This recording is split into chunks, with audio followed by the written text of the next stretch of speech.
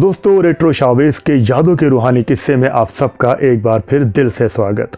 जब आशा भोसले जी ने मोहम्मद अजीज़ जी से कहा कि आज तुम्हारे साथ गाकर मुझे मोहम्मद रफ़ी साहब बहुत याद आए, उनकी याद आ गई। 80s के स्टार्टिंग में जब बॉलीवुड लेजेंड सिंगर मोहम्मद अजीज़ साहब स्ट्रगल कर रहे थे, प्रोड्यूसर, डायरेक्टर और म्यूज़िक कंपोज़र्स के चक्कर लगा रहे थे उनके स्टूडियो के, तभी एक दिन उनका जाना हुआ legend music composer R.D. Burman ji के स्टूडियो में। मोहम्मद अजीज़ जी उनके म्यूज़िक स्टूडियो में पहुँचे। तब R.D. बर्मन जी ने कहा कि कुछ गा के सुनाओ। तब मोहम्मद अजीज़ जी ने उनके पिताजी सचिन देव बर्मन जी का एक गाना जो कि उन्होंने कंपोज किया था फिल्म गाइड में, जिसको गाया था मोहम्मद रफ़ी साहब ने। गाने के बोल थे, तेरे मेरे सपने सब एक रंग हैं। ये गाना जब मोहम्मद अजीज़ ने पूरा कंप्लीट गा दिया, उसके बाद R.D. बर्मन जी ने कहा कि ठीक है, मगर तुम थोड़ा अपने उच्चारण पे काम करो, अपने प्रोनाउंसिएशन पर काम करो। ये सुनकर मोहम्मद अजीज़ काफ़ी निराश हो गए और थोड़ा दुखी भी हुए अंदर ही अंदर, और चुप रहे, कुछ नहीं बोले और वहाँ से बोझल कदमों से, उदास मन से स्टूडियो के बाहर आ गए और यही सोचने लगे कि अब तो मेरा यहाँ से पत्ता कट गया, अब मुझे R.D. बर्मन जी कभी नहीं गवाएंगे। उसके बाद वक्त गुजरा, मोहम्मद अजीज़ साहब को काम मिलने लगा, उनके कई गाने सुपर डुपर हिट हो गए। उसी दौरान मोहम्मद अजीज़ साहब को काम मिला, एक मौका मिला बॉलीवुड लेजेंड सिंगर आशा भोसले जी के साथ गाने का। म्यूज़िक था बप्पी लहरी जी का।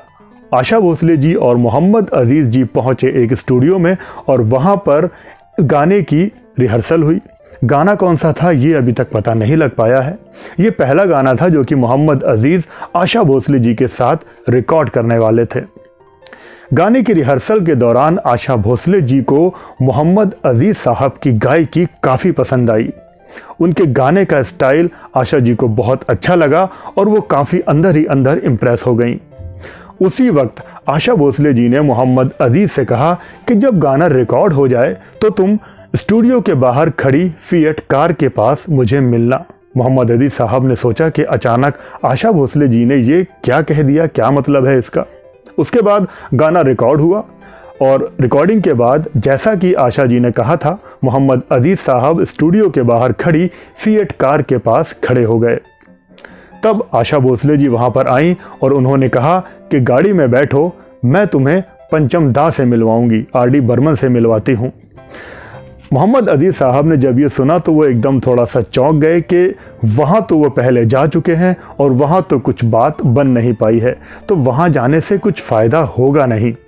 तब उन्होंने आशा जी से कहा कि मुझे थोड़ा सा रास्ते में काम है, आशा दीदी आप चलिए, मैंने R.D. बर्मन जी का म्यूज़िक रूम देखा है और मैं वहाँ पहुँच जाऊँगा। फिर उसके बाद मोहम्मद अजीज़ पहुँच गए R.D. बर्मन जी के म्यूज़िक रूम में। वहाँ पर आशा भोसले जी और R.D. बर्मन जी दोनों ही मौजूद थे।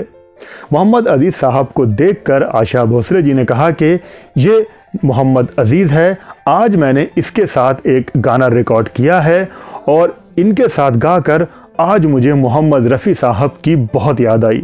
रफ़ी साहब मुझे याद आ गए, मुझे ऐसा लगा कि जैसे मोहम्मद रफ़ी साहब के साथ ही मैं गा रही हूँ, वो मेरे बराबर में खड़े हैं और मैं रफ़ी साहब के साथ ये गाना रिकॉर्ड कर रही हूँ। ये लड़का बहुत अच्छा गाता है, इसकी आवाज़ बहुत अच्छी है। ये सुनकर R.D. बर्मन जी ने कहा कि मैं तो इनका गाना पहले सुन चुका हूँ। तब आशा जी ने कहा कि मुझे नहीं पता आपने क्या सुना है और मोहम्मद अजीज़ ने आपको क्या सुनाया है, मैं चाहती हूँ कि आप इनको काम दीजिए, इनसे गाना गवाइए किसी भी फिल्म में, ये बहुत अच्छे सिंगर हैं। मोहम्मद अजीज़ ये सारी बात वहाँ सुन रहे थे और ये सब सुनते सुनते आशा जी की दरिया दिली देखते हुए मोहम्मद अजीज़ एकदम इमोशनल हो गए।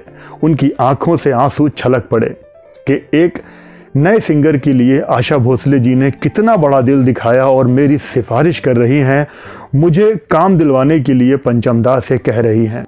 क्योंकि आशा भोसले भी अच्छे सिंगर्स की कदर करती थी और उनको लग गया था कि मोहम्मद अजीज़ एक बहुत अच्छे गायक हैं और काफ़ी आगे तक जाएंगे। उसके बाद R.D. बर्मन जी ने कहा कि ठीक है, फिर करीब 5 या 6 दिन के बाद आर.डी. बर्मन जी ने बुलाया मोहम्मद अजीज साहब को।